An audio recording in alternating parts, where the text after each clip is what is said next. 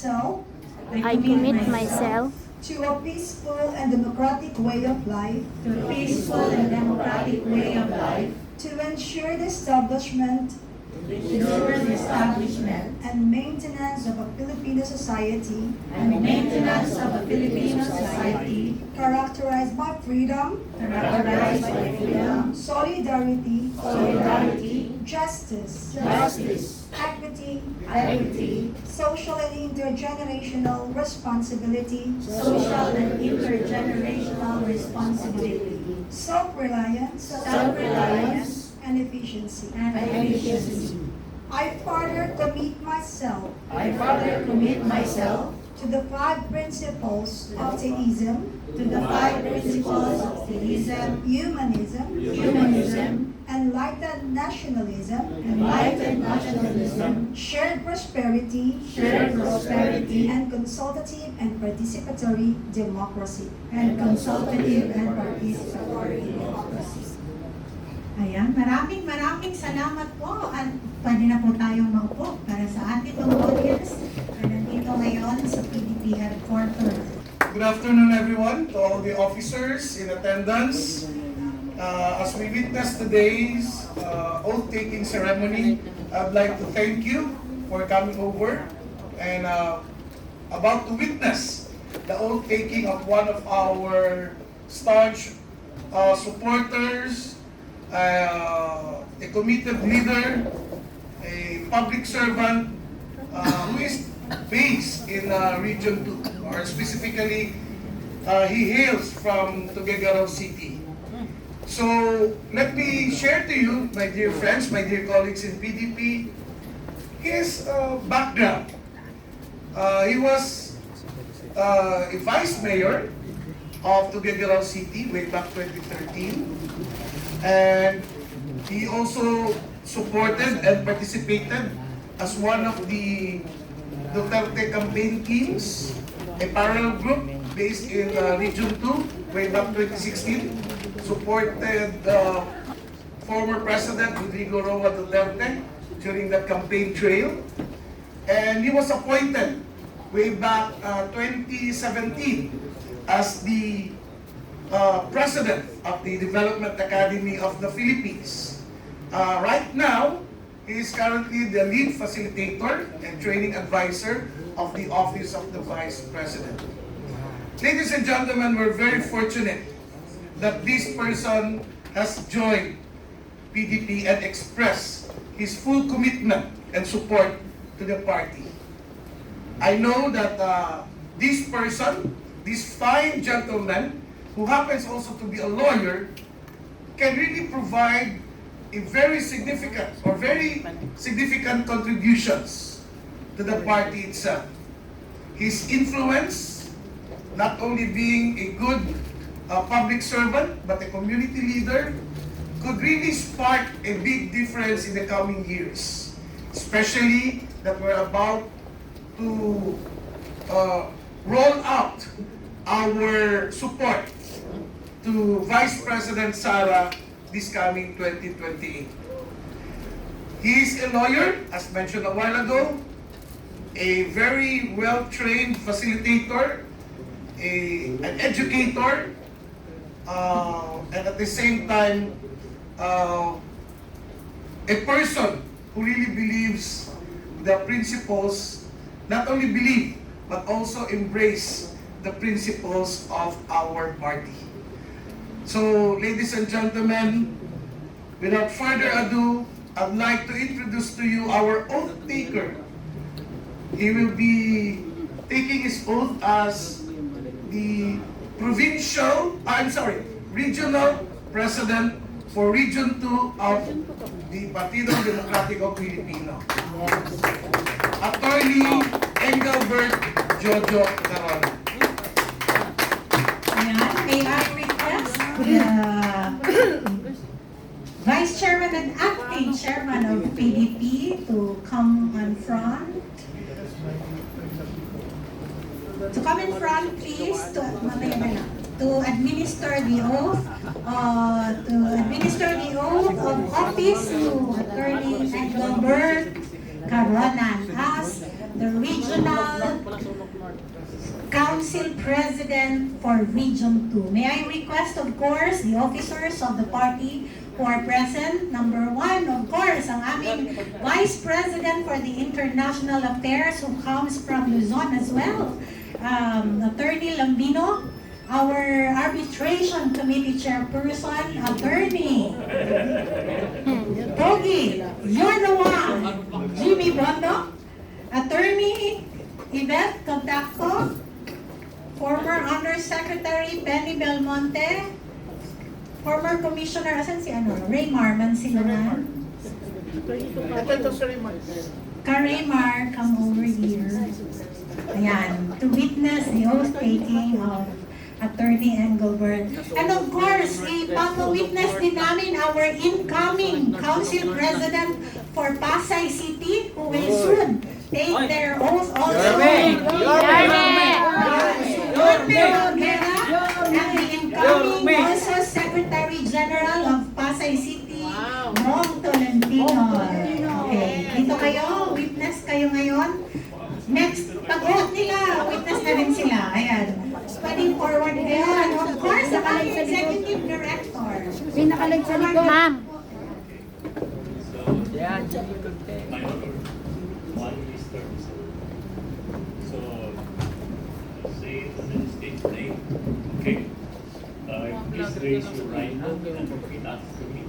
I, Engelbert Carona, Having been appointed having been appointed as the Regional Council President of Region 2 as the Regional Council President of Region 2 of the Partido Democrático Filipino, of the Partido Democrático Filipino, do solemnly swear do solemnly swear to abide by and uphold the Constitution of the Republic of the Philippines to abide by and uphold the Constitution of the Republic of the Philippines and of the party, and of the party, to keep faith in and put in practice to keep faith in and put into practice the 5 basic principles of PDP the 5 basic principles of PDP and the basic objective of federalism, and the basic objective of federalism, to perform my duties to the best of my abilities and capabilities, to perform my duties to the best of my abilities and capabilities, without fear or favor, without fear or favor, with the aiming view of furthering the objectives of the party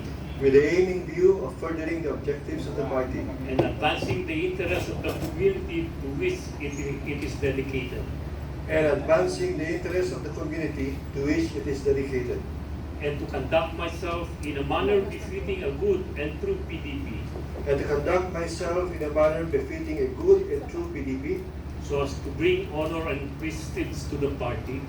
so as to bring honor and prestige to the party, And I take this pledge without mental reservation or purpose of evasion. that I take this pledge without mental reservation or purpose of evasion. So help me God. So help me God. Congratulations! Congratulations, and of course, sige, teka, congratulate ka muna. And, Sekal, Kaal, pakibigay naman ng ating for the ceremonial pinning to our Regional Council President for Region 2. Congratulations! And welcome to the roster of officers of the Partido Democrático Filipino.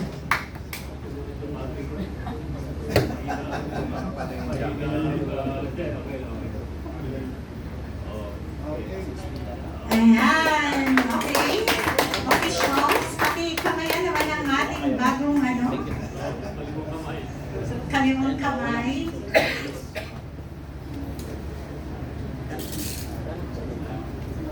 Ayan, bago natin ang signing of the let us hear a word of acceptance, of course, from our Council President, former Development Academy of the Philippines President. Ang dami nitong pinagdaanan sa gobyerno, kaya sigurado tayo na ang Region 2 ay magiging mas malakas para sa PDP. Please welcome once again, Ka Engelbert Carona.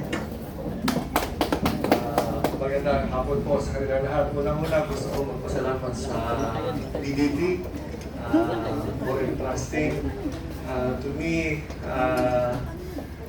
Region 2. Napakalaking lugar po ang Region 2 at napakalawak po nito. And I will try my best po na to advocate for and palawakin yung samahan natin sa Region 2. Alam po, hindi po lingid sa kalaman ng lahat na siguro for purposes of PDP, isa na yung region na yun ang pinakamahirap na lugar. But definitely, I will try my best. I think, hindi naman po mahirap, no? Kasi may malinaw naman tayong purpose, meron tayong malinaw na objective. I think yun lang naman ang hinihingi ng mga tao, no? Something that would clarify to them what are our purposes. Nakikita naman nila yung bagay na yun. And we have a leader na they can trust. I think yun ang very critical sa susunod na mga political exercise. It's a question naman ng trust. A question kung sino yung partido na pwede pagkatiwalaan. A question kung sino yung leader na dapat pagkatiwalaan. So, we need not articulate so many things. They only need to look at us, to look at our leaders, and I think we will be able to convince more people. So, thank you. Agyan! Agyan! Sorry po mga officers, tatawagan ko kayo ulit dito to witness the ceremonial signing of the appointment papers and the oath of office with Attorney Engo. Rawi and Gabong, please witness. Tingin kayo, talagang pipirmahan ko. Yes, please. And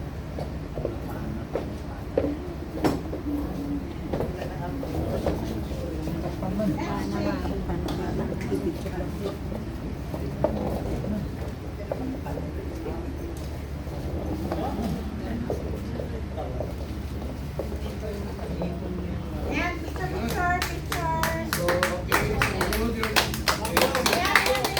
Okay nga ron? Oo, kami ganyan. Okay nga ron?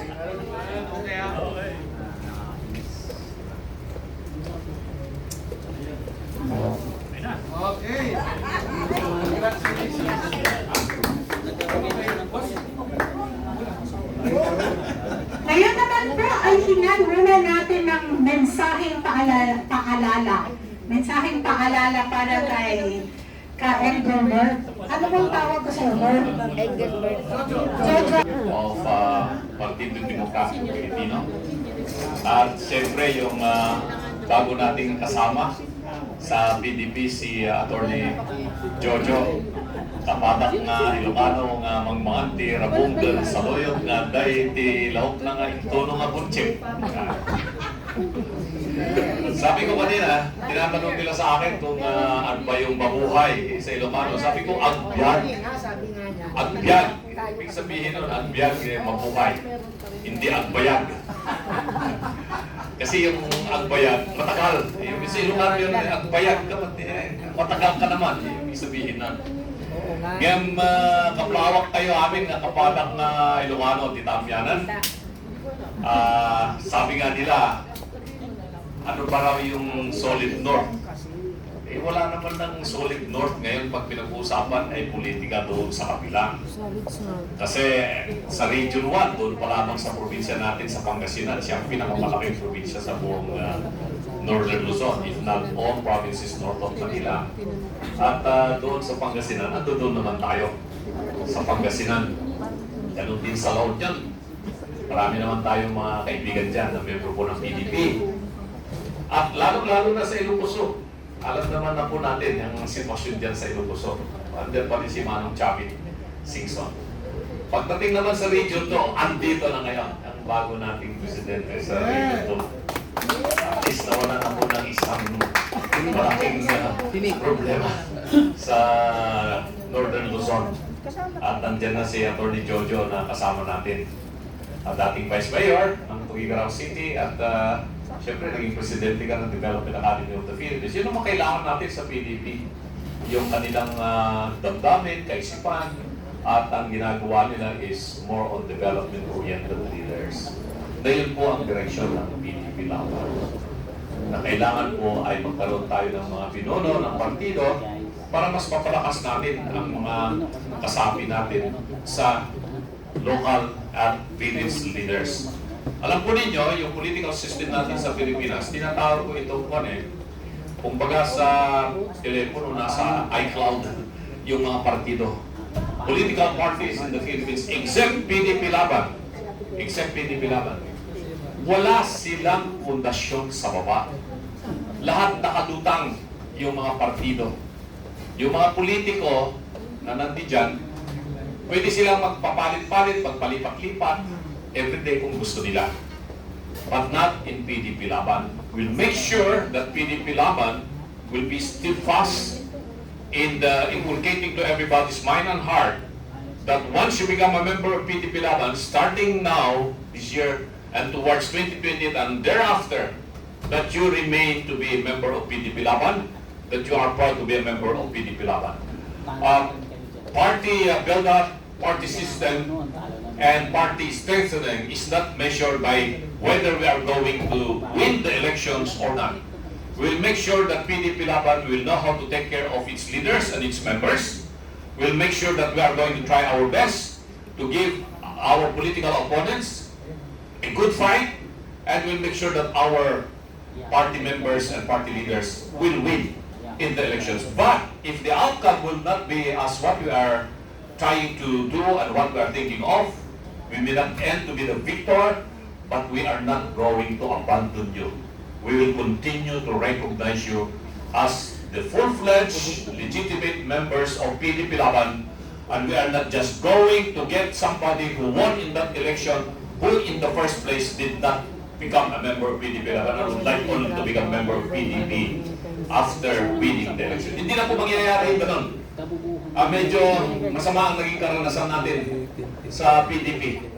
Noong 2016, nanalo si Tatay Digong, biglang lumobo yung partido, lumaki na lumaki yung partido,